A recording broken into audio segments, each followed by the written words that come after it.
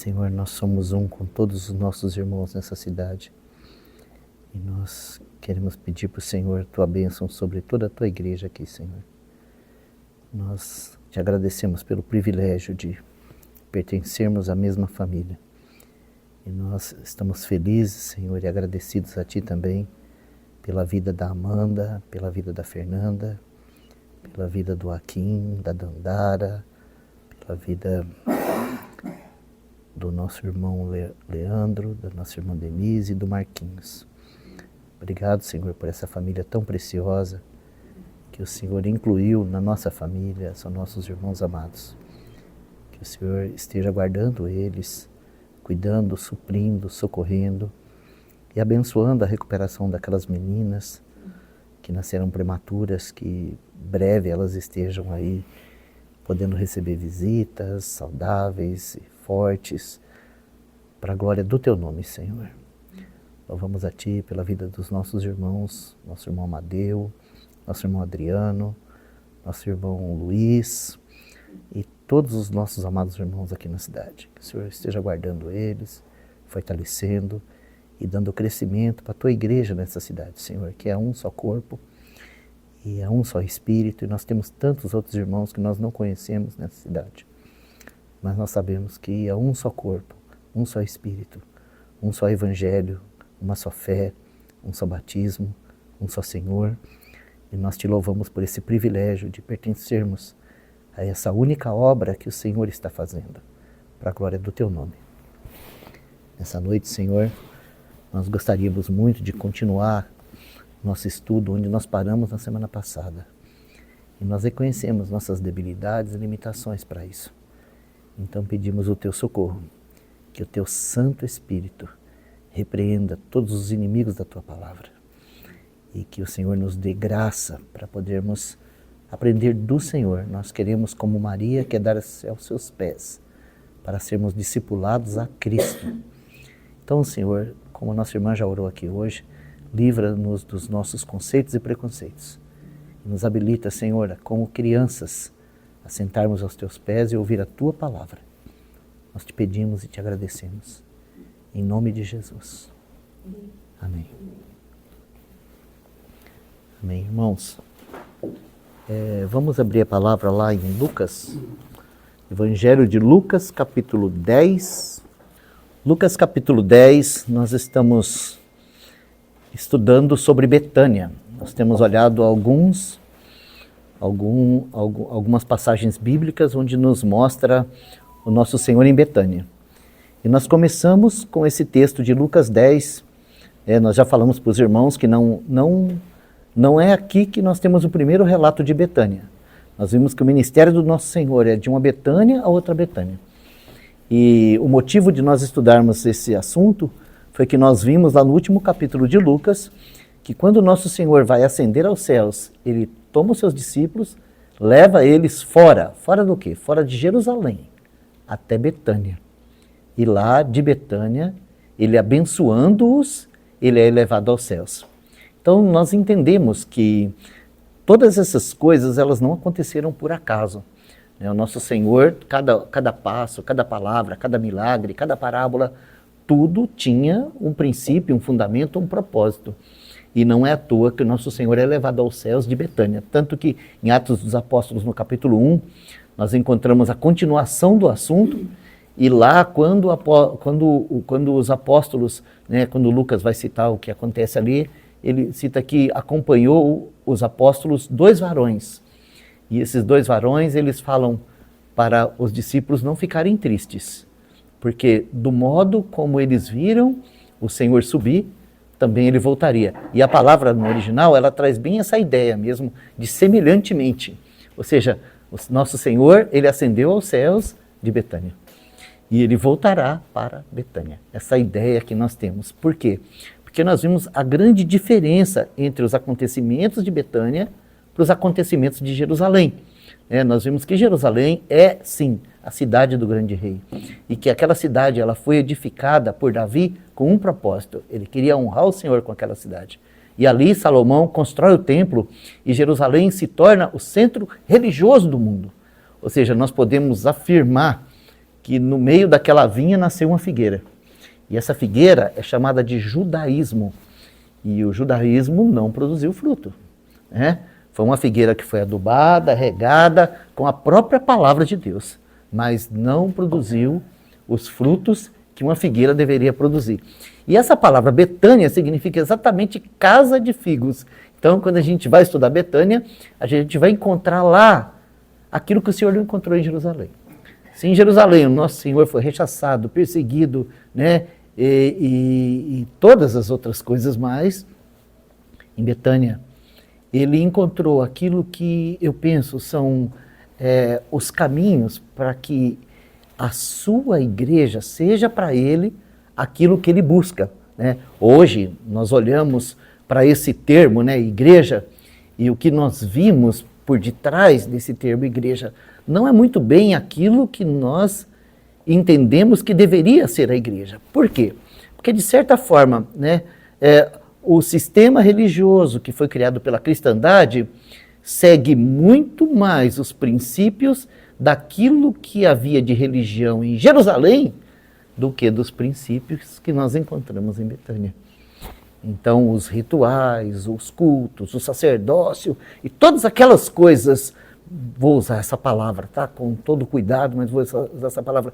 Todas essas coisas mortas daquele judaísmo antigo, a cristandade tenta produzir e chamar de vida. Por outro lado, a simplicidade e a pureza que nós encontramos no relacionamento do Senhor em Betânia, nós não vemos nem de longe naquilo que nós chamamos de igreja.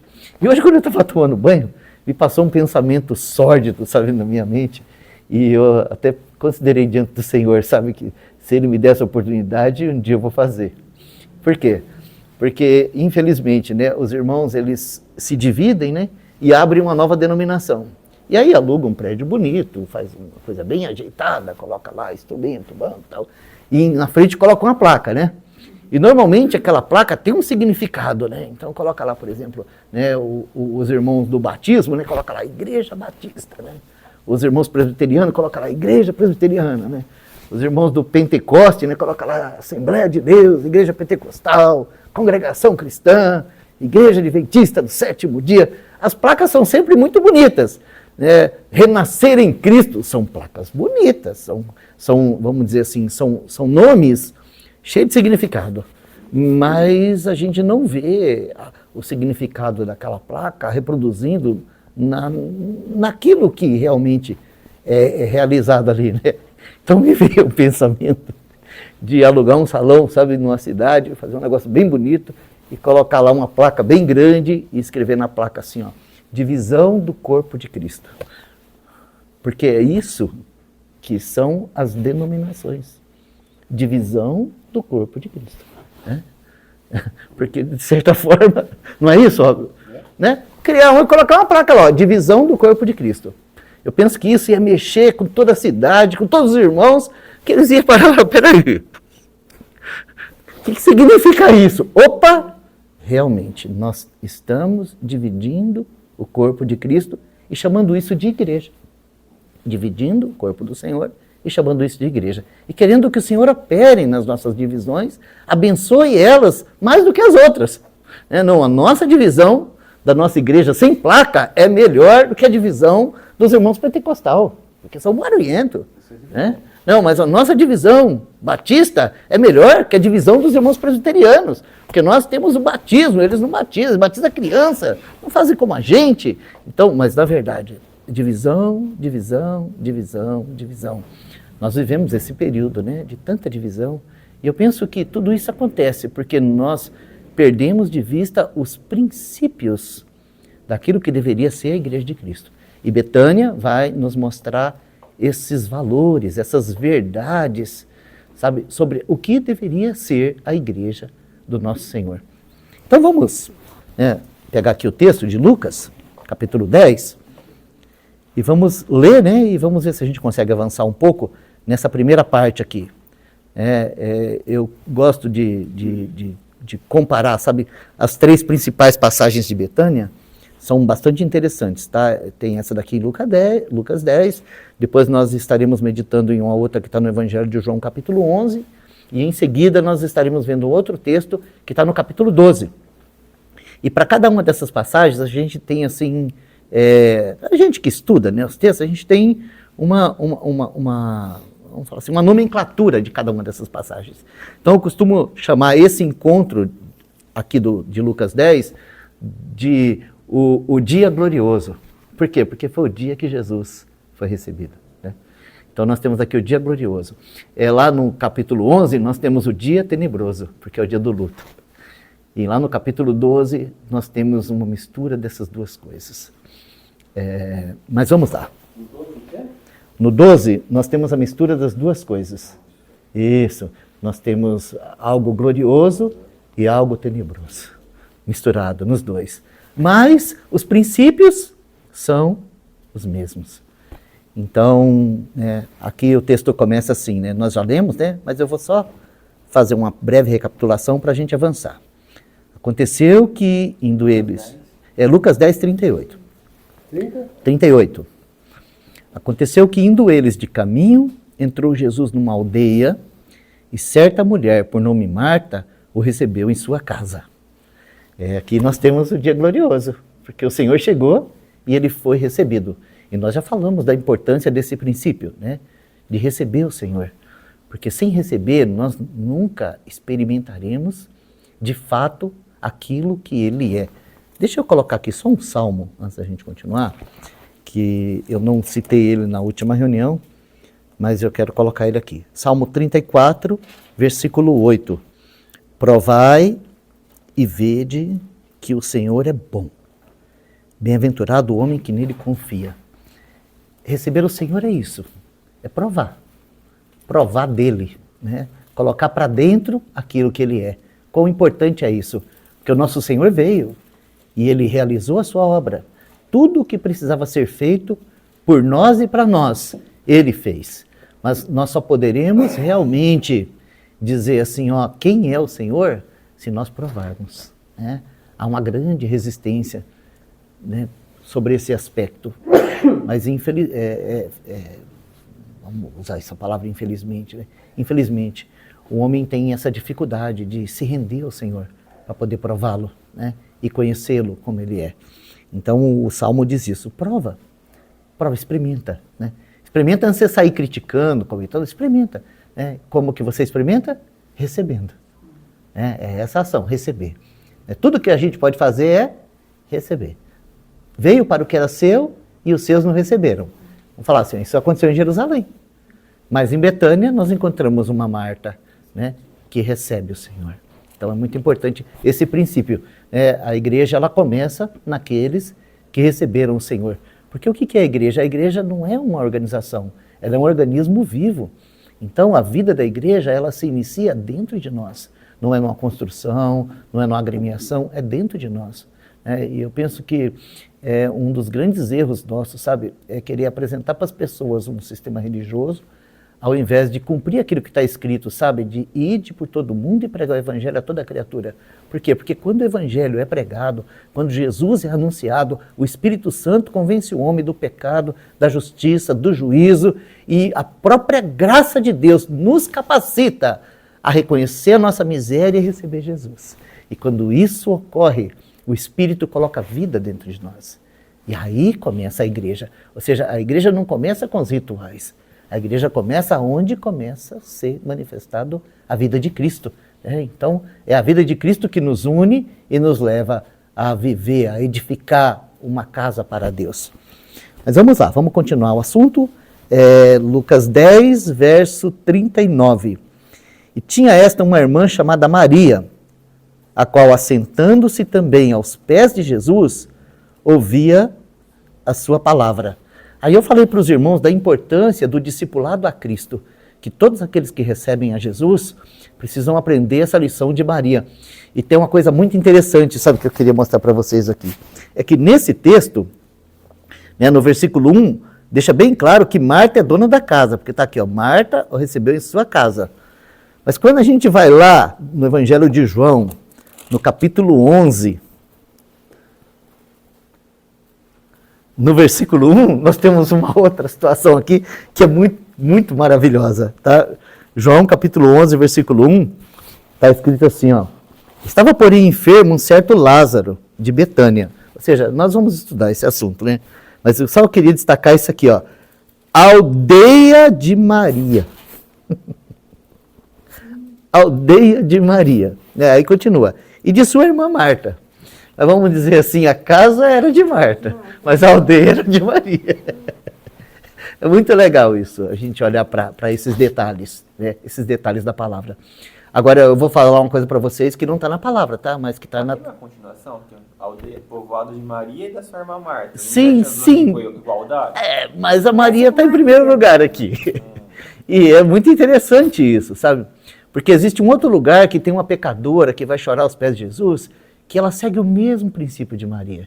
E eu acredito que essa coisa de você ser discipulado a Cristo, de você conhecer esse caminho, de viver a sua vida aos pés do Senhor, que é o caminho do discípulo, é isso que te capacita a ganhar a cidade. Você ganha a cidade aos pés do Senhor. Entende isso? E Maria é essa irmã que vai viver todos os aspectos que nós encontrarmos dela nas Escrituras, todas as passagens que cita Maria nas Escrituras. Essa Maria de Betânia. A diferença ou a singularidade é que ela está sempre aos pés de Jesus. É sempre. É aos pés de Jesus para ouvir a palavra, é aos pés de Jesus para chorar o luto e é aos pés de Jesus para adorá-lo. Sempre aos pés. E é muito importante isso. Porque como eu disse para vocês, eu achei o texto, tá? Está lá em Atos dos Apóstolos, no capítulo 21, se eu não me engano. Acho que é 21, deixa eu ver aqui. Sim, Atos, capítulo 22, versículo 3, onde Paulo vai dizer assim, ó, Atos 22, versículo 3. Quanto a mim, sou judeu, nascido em Tarso da Cilícia, e nessa cidade, ou seja, em Jerusalém, criado aos pés de Gamaliel, instruído conforme a verdade da lei de nossos pais, zeloso de Deus, como todos vós hoje sois. Ou seja, aqui ele nos ajuda a compreender o verdadeiro significado dessa palavra aos pés. Ou seja, quando ele fala que ele foi criado aos pés de Gamaliel, ele está falando do discipulado dele, quem era o mestre dele, e ele era o discípulo de quem? Né? Porque os judeus que prenderam ele, então ele está dizendo lá que eles estavam errados, porque ele era judeu, criado aos pés de Gamaliel. Ou seja, esse termo, né, aos pés, ele representa o discipulado. Então Maria, ela vai assentar aos pés de Jesus para ouvir a sua palavra. E esse é o segundo princípio que nós temos de Betânia. Porque Betânia não é apenas o lugar onde as pessoas recebem o Senhor. Mas Betânia é o lugar onde você vai encontrar o Senhor como o grande mestre e todos aqueles que o receberam aos seus pés, ouvindo a tua palavra. Mas então nós vamos entrar agora na terceira e na principal situação do assunto de Lucas 10. E eu quero fazer isso com muito cuidado, porque eu penso que o Senhor teve cuidado de fazer isso, e às vezes a gente parte para extremos e acaba perdendo o verdadeiro ensino do texto.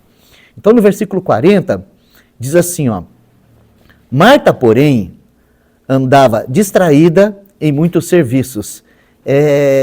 Tem traduções melhores. Tem tradução que no lugar da palavra distraída, oi? Atarefada, ou agitava-se, ou estava envolvida em muitos afazeres, né? O que a gente vê aqui é que ela recebe o Senhor na casa dela e como boa anfitriã, ela está querendo fazer o melhor para o Senhor, ela está querendo fazer de tudo para que aquele visitante seja bem recebido. E eu penso que, o que tem de errado nisso? Não tem nada de errado nisso a princípio, né? Mas eu vou falar assim do meu problema como anfitrião. Eu me lembro de um irmão muito precioso, que ele passava por Arapongas também. Que quando ele passava em Londrina, às vezes ele ficava na minha casa, né? Então, quando ele ficava na minha casa, era uma alegria receber aquele irmão. Mas era uma alegria receber aquele irmão. Mas eu tinha um problema, porque lá em casa, viu, Vini? O cara da cozinha sempre foi eu, sabe? Então, o arroz com feijão básico, não. Mas quando era receber uma visita assim, quem ia fazer a lasanha, quem ia fazer a bisteca, quem ia fazer a maionese, o negócio era comigo. E qual que era o problema? Eu não pensava muito. Falar assim, ó, eu vou fazer 2 pratos pro irmão. Não. Eu começava, sabe? Falava, amanhã o irmão vai vir, eu ia no mercado e eu chegava lá e falava, mas e se ele gostar disso? E se ele gostar daquilo? E começava a viajar na maionese e me perdia no cardápio e chegava em casa lá, tinha um monte de coisa para fazer e eu ia para a cozinha e eu ficava sobrecarregado a tal ponto que meus meninos desfrutavam muito mais da visita do irmão do que eu mesmo, porque, sabe, não conseguia organizar as coisas para simplesmente servir o irmão de maneira normal e desfrutar da presença dele. Não, eu queria fazer tanto que eu me perdia num monte de coisa que eu arrumava para fazer, para agradar o irmão. E não agradava o irmão. Porque eu, na verdade, acabava fazendo uma bagunça gastronômica lá, que ninguém entendia. Depois que o irmão ia embora, o que eu tinha mesmo era louça para lavar e conta para pagar. De tanto que eu me atrapalhava naquele monte de coisa. E a gente, principalmente a gente homem, eu não consigo fazer 2 coisas ao mesmo tempo. Entendeu? Se fizer, queima uma. Então, tem que fazer uma, depois fazer outra, depois fazer outra. Então, você se perde querendo ajudar. Ou querendo servir, querendo receber. A gente se perde. Então, o que a gente vê aqui é que essa irmã, de certa forma, ela tinha muita coisa para fazer. E o texto, ele continua, né? Então, deixa eu continuar lendo aqui. Porque o texto diz assim, ó. Marta, porém, andava, né, envolvida em muitos serviços e, aproximando-se de Jesus, disse, Senhor, não se te dá que minha irmã tenha me deixado sozinha para te servir? Peça-lhe que me ajude. Aqui eu penso que está o grande problema da irmã, está aqui. Não só o fato dela estar sobrecarregada, mas dela não concordar com o Senhor, porque a conversa dela não é com a irmã, é com o Senhor, não concordar com o Senhor que ele aceitasse essa situação, que a sua irmã deixou o serviço e veio aos pés do Senhor e deixou ela sozinha, fazendo todo aquele monte de coisa. É verdade, ela não falou, Maria, vem. Não. Ela foi no Senhor. Ela foi direto no Senhor, falando, mas que negócio é esse? Como que o Senhor pode admitir que a minha irmã abandone o serviço e vem para cá e me deixa fazendo tudo sozinho? Então, isso aqui, eu penso que é o grande problema da nossa irmã, tá? Não é só o servir descoordenado, porque isso somos nós. Essa Marta, não só aqui, mas em todos os textos, ela vai ajudar a gente a compreender bem claramente o que é a alma humana, com seus pensamentos, suas emoções e suas vontades. Quando Deus fez o homem, o primeiro homem, Adão, ele fez alma vivente. Foi assim que o homem foi feito. Ele não foi feito um ser espiritual, ele foi feito alma vivente. O primeiro Adão da terra, né? Alma vivente. Agora, o Senhor, ele é o último Adão e o segundo homem. E a característica prevalecente do último Adão e do segundo homem é espírito que produz vida, ou espírito vivificante, nas nossas traduções. E isso é o Senhor, e é exatamente isso que Ele quer fazer conosco. Ele quer nos transformar de alma vivente para espírito que produz vida. E para que isso aconteça com cada um de nós, nós temos que ser discipulados. Porque é a palavra de Deus que vai expor claramente quem nós somos e quais são as funções do nosso ser em sua totalidade. E quando nós descobrirmos que essa agitação, essa ansiedade, esse alvoroço, essa coisa fora do normal, sabe, que toma conta da nossa mente e nos leva a se perder, faz parte da nossa própria alma. Porque a queda, ela potencializou a vida da alma e ela, de certa forma, calou a vida do espírito. Tanto que, normalmente, né, eu não estou falando do Filho de Deus, eu estou falando do homem que ainda não nasceu de novo. Normalmente, o homem que ainda não nasceu de novo, ele só consegue ouvir a sua consciência quando ele acorda 3 horas da manhã e não tem barulho nenhum, nada. Aí ele consegue ouvir a consciência. Ou a nossa intuição, né, ainda mais hoje, com a tecnologia que a gente tem, como que tem sido cada vez mais difícil, né, as pessoas ouvirem a intuição, ou ouvirem a consciência, ou até mesmo, né, perceber esse vazio, ou essa necessidade de ter comunhão genuína com Deus. Porque tudo isso são faculdades do espírito humano. Deus fez o homem e colocou o espírito dentro dele para que ele pudesse se relacionar com o homem. Mas o pecado maculou as coisas do espírito. E por outro lado, o pecado inflou a nossa alma. Então, a gente basicamente funciona só a nível de alma. E é isso que nós vimos Marta, não só aqui. No capítulo 11 nós vamos ver isso também. Marta, ela realmente deseja servir o Senhor. E ela quer fazer o melhor para o Senhor. Mas é um movimento de alma. Agora que ela recebeu o Senhor, antes não, mas agora que ela recebeu o Senhor, ela não precisa mais servir o Senhor pela vida da alma. Porque agora ela recebeu o Senhor. E quando nós recebemos o Senhor, o nosso espírito é vivificado. Porque esse é o Senhor, ele é aquele que vivifica o nosso espírito. Então o Senhor, ele precisa ajudá-la, né?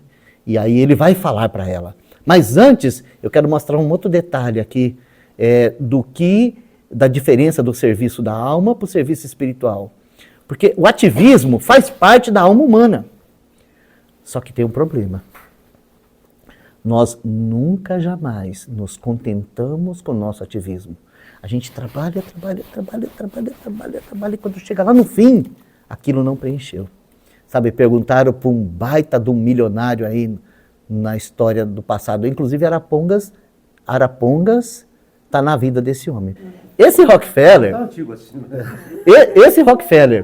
ele já foi o homem mais rico do mundo. E quando ele era o homem mais rico do mundo, ele um dia foi dar uma palestra numa escola. E as crianças tiveram liberdade de fazer perguntas para ela. Claro que era tudo perguntinha preparada, né? Mas teve um menino ousado lá que resolveu quebrar o protocolo. E ele perguntou o seguinte para o seu Rockefeller.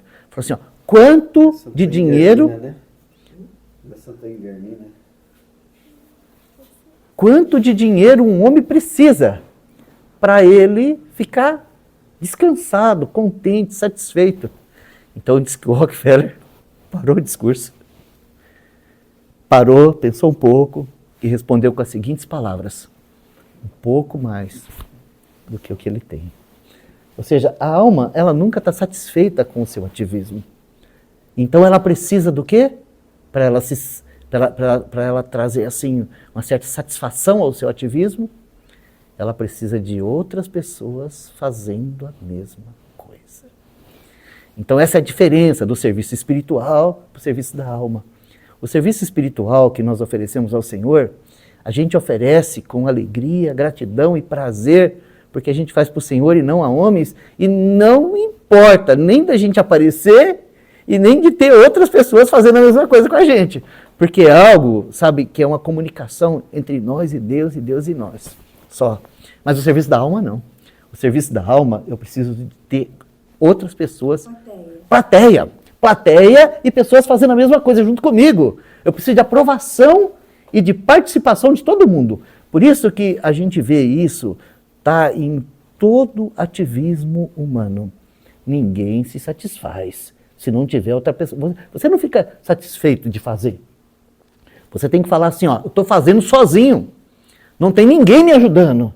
Quanta gente podia estar aqui fazendo a mesma coisa comigo? E a nossa alma sente isso. A gente fala assim, poxa vida, eu tinha que estar lá mesmo. Essa é a coisa da alma. Então a Marta, ela não estava só, vamos dizer assim, estressada com a quantidade de coisa que ela queria fazer, não. Havia outra coisa perturbando ela. que era fazer só. Então ela queria envolver a Maria no mesmo ativismo dela. Esse é o problema da situação, sabe, irmãos? Então o nosso Senhor, ele vai responder ela com um duplo chamamento. E eu acho que é interessante, antes de eu ler o texto, eu falar um pouquinho para os irmãos sobre esse duplo chamamento. Está aqui, o verso 41 está assim, ó. E respondendo Jesus disse, Marta, Marta. A gente vai encontrar essa situação nas Escrituras, né? Tanto no Antigo quanto no Novo Testamento. Os duplos chamamentos bíblicos, contando com Jerusalém, dá 8. São 8 duplos chamamentos. 4 no Antigo, 4 no Novo. O primeiro foi Abraão, o segundo foi Jacó, o terceiro foi Moisés, o quarto foi Samuel. Esses são do Antigo Testamento. E é muito legal vocês estudarem os textos sobre os duplos chamamentos, que você vai ver que o Senhor está chamando aqueles homens. Por exemplo, Abraão, ele foi chamado para provar a fé dele. E ele provou. E então o Senhor intervém na ação que ele precisava realizar para provar a fé. Porque não precisava mais da ação, ele já havia provado. Então o Senhor fala assim, Abraão, agora eu sei que você vai até o fim. Vamos dizer assim, né, nas palavras. Não precisa dar nem mais um passo. Eu sei. Quando ele fala com Jacó, a situação é diferente, mas também está relacionada à fé. Por quê? Porque quando Abraão desceu ao Egito, caiu. Quando Isaac quis voltar para o Egito, Deus falou, não vai. E agora chegou a notícia que o seu filho reina no Egito. O que eu vou fazer? Então, ao invés de ele pegar as coisas e correr para o Egito, ele vai falar com Deus. E o Senhor vai falar para ele assim, ó, Jacó, pode descer para o Egito, porque eu sou com você. Então depois nós temos Samuel. E Samuel, a situação também é uma situação gravíssima, porque naqueles dias o sacerdócio estava corrompido. E foi para isso que o Senhor levantou Samuel, para estabelecer em Israel um novo sacerdócio. Então quando Deus fala com ele, Samuel, Samuel, né? A palavra do Senhor para ele vem aqui, olha, eu estou encerrando essa dispensação. E eu estou começando outra com você. Esses são os duplos chamamentos do Antigo Testamento. Mas no Novo Testamento é interessante que nós vamos encontrar Marta, o primeiro duplo chamamento é para Marta. Então existe um princípio aqui que a gente precisa enxergar, compreender, sabe? E ver que o Senhor está chamando a Marta de um serviço de alma para um serviço espiritual. E no momento em que Marta estiver realizando um serviço espiritual, e isso acontece lá no capítulo 12, não há nenhum motivo de crítica, de objeção ou de repreensão, nenhum. Porque primeiro ela precisa ser ordenada. E como que ela vai ser ordenada? Aos pés do Senhor, sendo discipulada, compreendendo a diferença entre alma e espírito. Sabe, o escritor aos Hebreus, ele vai dizer para nós, lá no capítulo 4, a seguinte frase. Deixa eu ler para vocês lá. Hebreus, capítulo 4, versículo 12. Hebreus 4, 12. Está escrito assim, ó. Porque a palavra de Deus é viva e eficaz. Compreende o significado disso? Viva e eficaz. Ou seja, a palavra de Deus é muito mais do que escritos, filosofias, poesias, história. A palavra de Deus é viva e eficaz. Ou seja, a palavra de Deus, ela realmente funciona. Ela vem e faz o seu trabalho nas nossas vidas. Por isso que é importante o discipulado. A palavra de Deus é viva e eficaz. E mais penetrante que espada alguma de 2 gumes. Ou seja, essa palavra que a gente ouve, ela tem um trabalho que ela entra dentro da gente e realiza a sua obra no nosso interior. E aí ele continua dizendo assim, ó.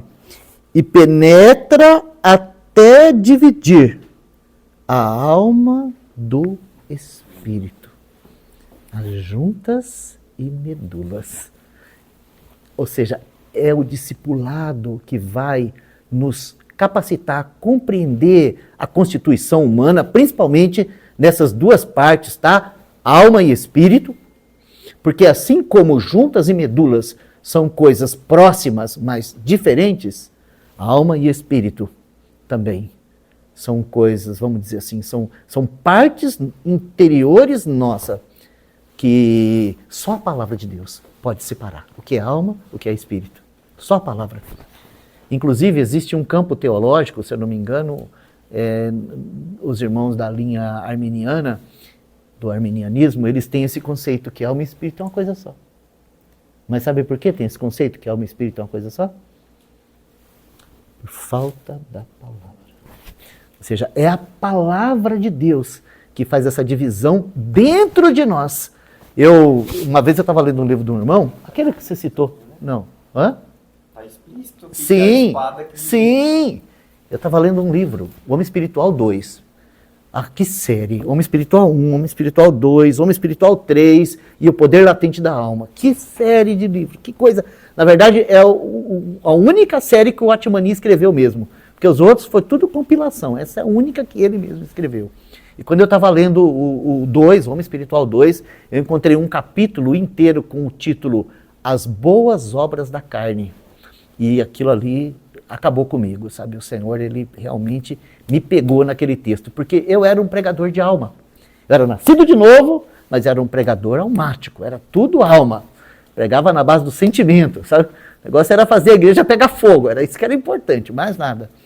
E aí eu orei ao Senhor. Quando eu li aquele livro, eu não aprovei, mas eu entendi que Deus tinha algo ali para mim que eu não conhecia. Então eu orei ao Senhor e falei, Senhor, por favor, eu não entendo o que está escrito aqui, mas eu quero que o Senhor me mostre quando eu estiver servindo o Senhor em espírito e quando eu estiver servindo o Senhor na alma. Preciso que o Senhor me mostre. E eu fiz isso com sinceridade de coração e levou tempo, não foi da noite para o dia não. Eu até esqueci que eu tinha feito essa oração. Mas um dia, eu me lembro como se fosse hoje, sabe? Lá na Presbiteriana Renovada de Sim. Tinha um culto de missões, na época eu fazia parte do grupo de missões, mas os irmãos lá, a presidente do grupo de missões, convidou uma pregadora, uma missionária, que fazia um trabalho numa favela de Londrina, para ir pregar no culto de missões. E o pastor foi pregar em outro lugar, né? E a agenda ficou para a missionária, e quando chegou na hora do culto, a missionária não apareceu. E os irmãos, né, começaram o culto, e ela me chamou lá e falou assim, Jonas, você pode pregar hoje à noite?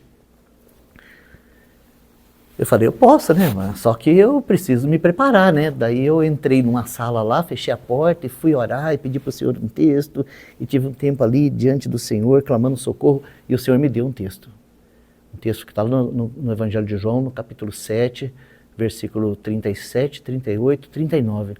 Quando Jesus fala assim, ó, quem crê em mim, como diz a Escritura, rios de água viva fluirão do seu ventre. Foi o texto que o Senhor me deu. E aí, né, a missionária não veio, eu já... depois que terminou o louvor, já me chamaram lá, eu estava orando, e eu fui para o púlpito, e abri a palavra, li os textos, expliquei, apliquei, e foi uma bênção.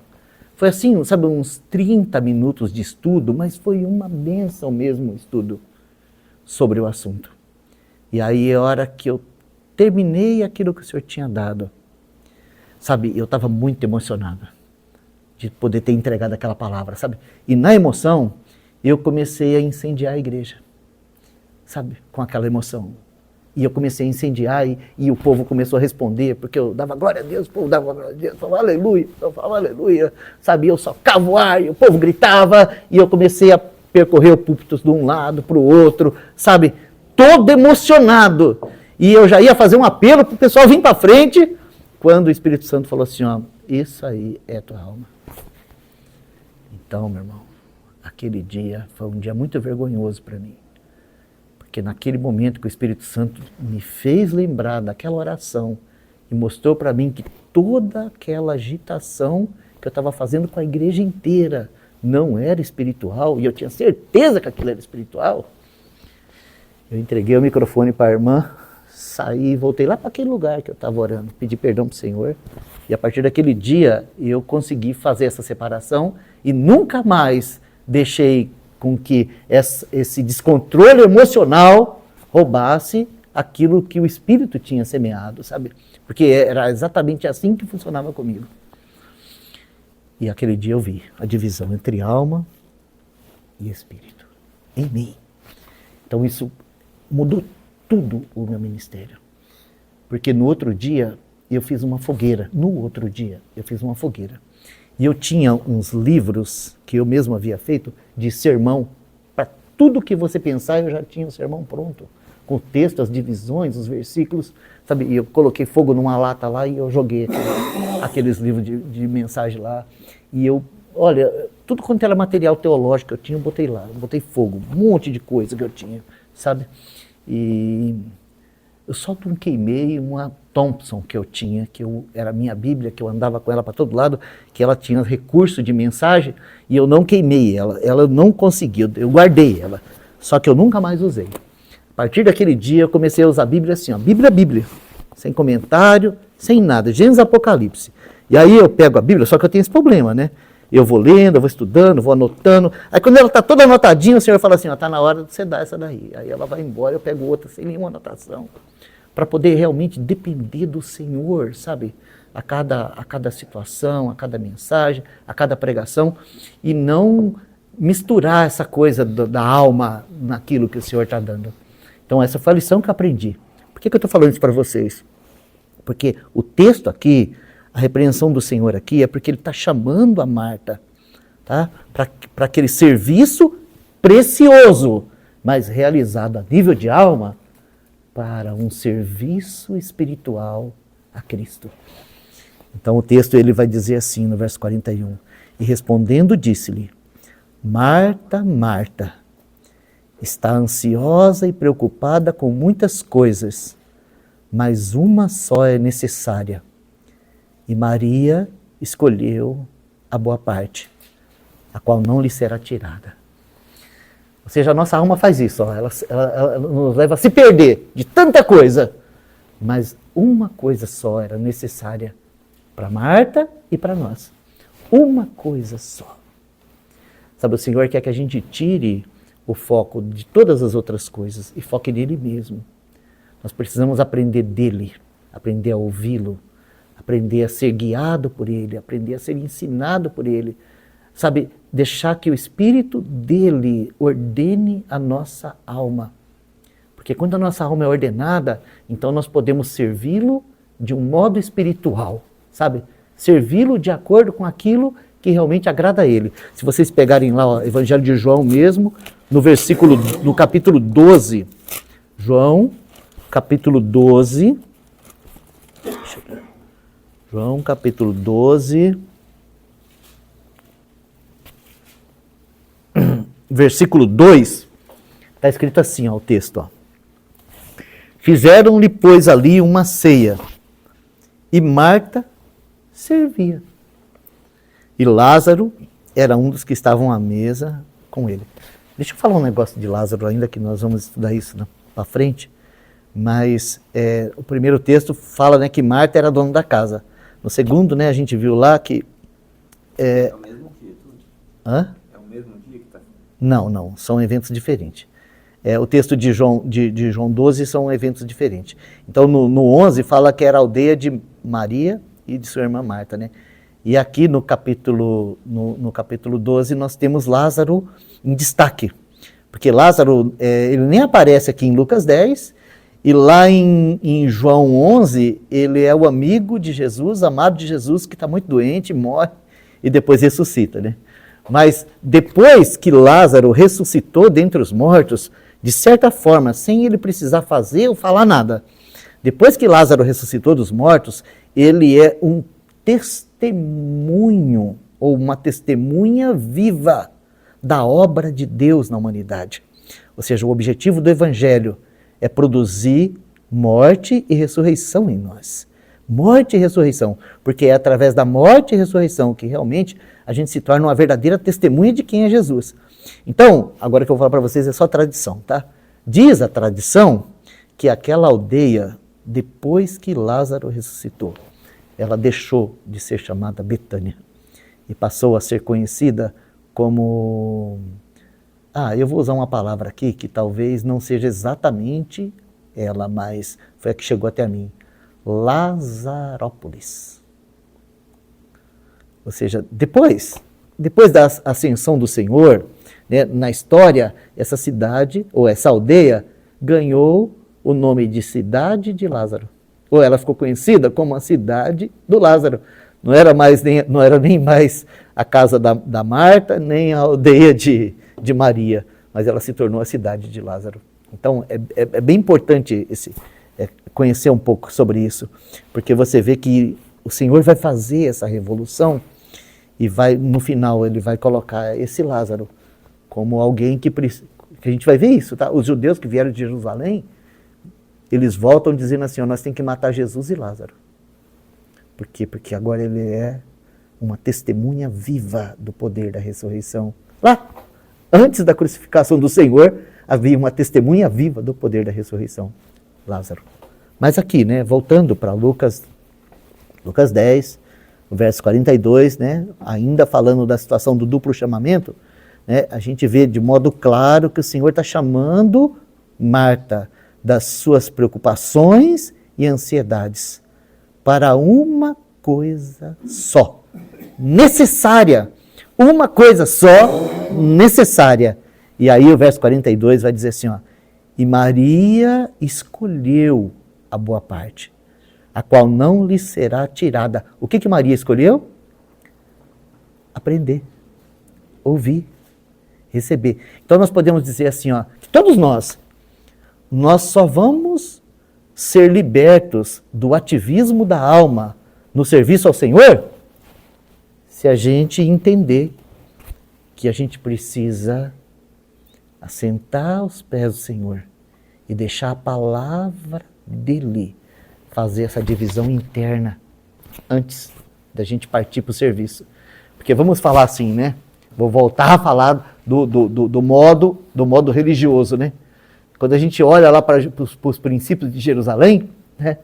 Os princípios de Jerusalém, isso está lá em Mateus 6, se eu não me engano, né? Eles vão dizer assim, ó, se alguém jurar pelo templo, nada é. Mas aquele que jura pelo dinheiro é devedor. Ou seja, o sistema, ele trabalha com o fazer. O que você pode oferecer? Tanto que tem um versículo que eu acho que eu preciso ler para vocês, que está lá no Evangelho de João, no capítulo 6. João, capítulo 6, versículo...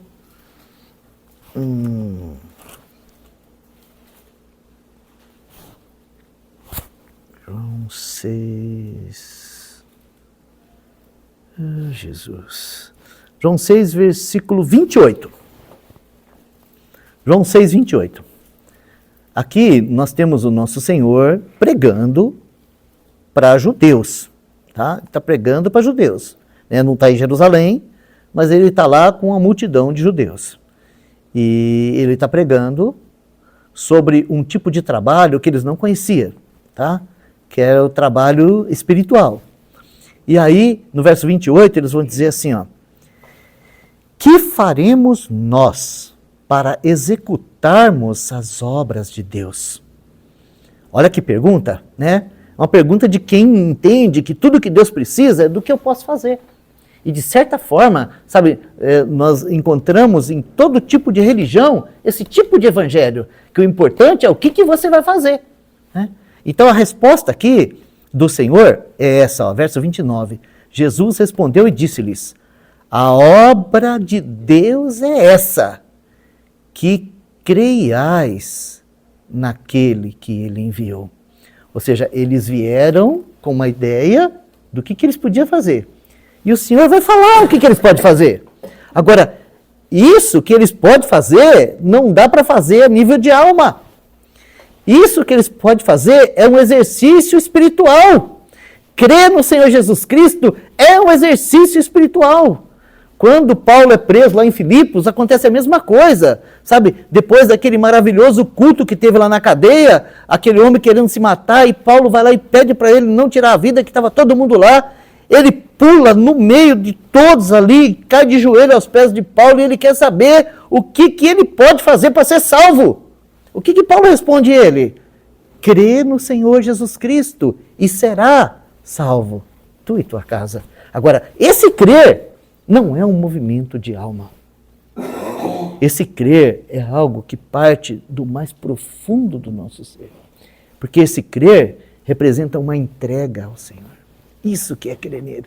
Sabe, é você deixar o seu ativismo e se render. E receber o teu Salvador.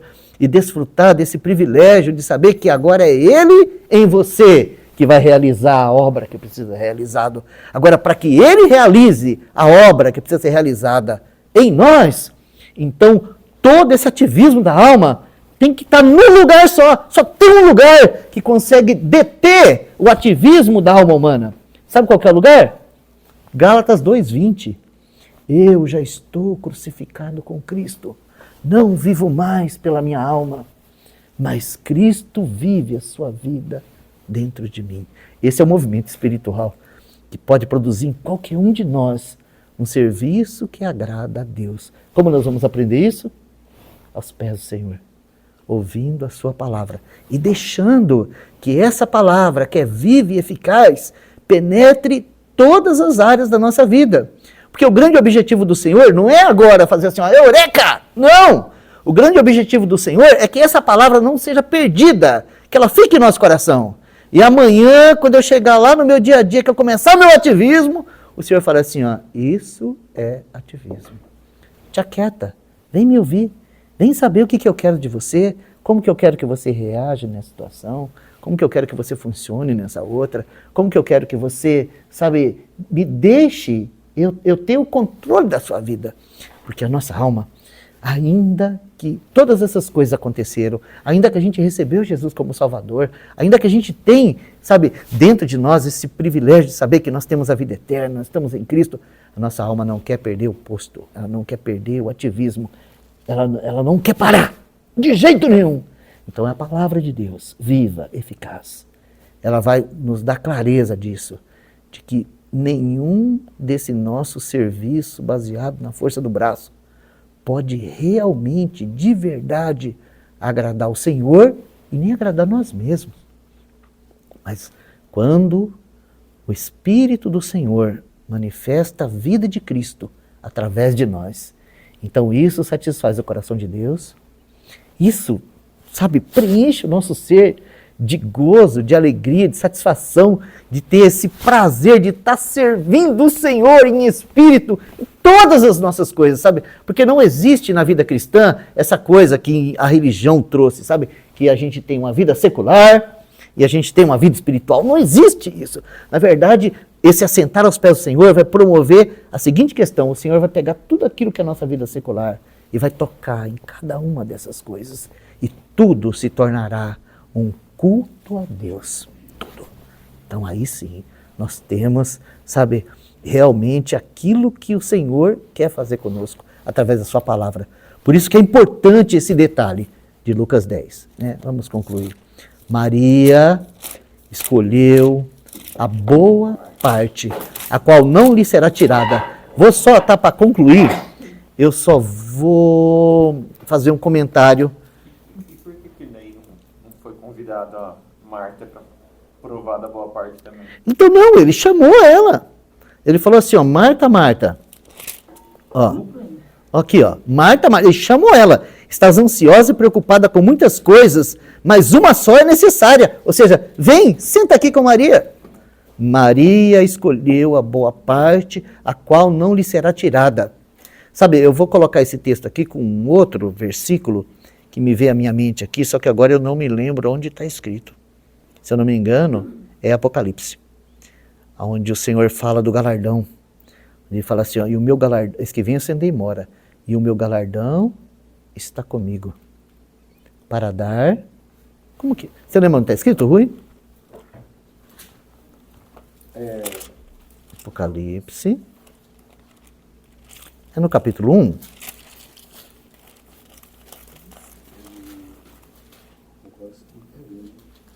Deixa eu ver aqui.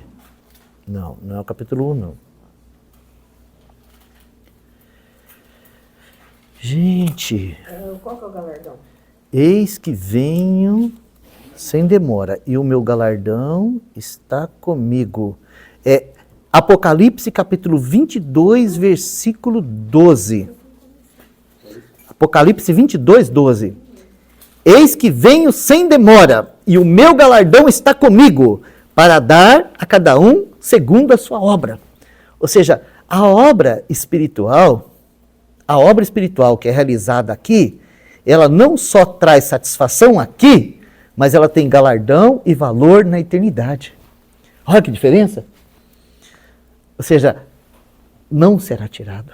Por quê? Porque você vai aprender a funcionar de uma maneira assertiva, fazendo aquilo que agrada a Deus. Como é difícil, né? Quanta coisa a gente faz para Deus, sem saber se realmente aquilo agrada a Deus. Então, quando nós damos esses passos de aprender na palavra a funcionarmos espiritualmente, nós vamos produzir isso, ó. Aquela obra que tem galardão eterno. Que o Senhor nos ajude. Amém. Senhor, obrigado por essa porção, obrigado pela tua palavra. Louvado seja o teu nome, Senhor. Ajuda-nos a sermos essa pequena Betânia, Senhor, onde o Senhor tem discípulos teus que se assentam aos teus pés para ouvir a tua palavra, e que o Senhor venha com a tua palavra, que é essa espada de 2 gumes, viva e eficaz, e que o Senhor trate conosco, Senhor, pega firme com a nossa alma, para que a gente aprenda como a irmã Marta aprendeu, a se aquietar e aprender do Senhor para poder responder aos teus movimentos, para a glória do teu nome. Ó Senhor, nós queremos ser os teus anfitriões, Senhor. Mas nós queremos também ser como Maria, que compreende que a boa parte está em conhecê-lo, em conhecer a tua pessoa, em conhecer a tua vontade, em conhecer os teus caminhos. Faça isso conosco, Senhor, nós te pedimos em nome de Jesus. Amém.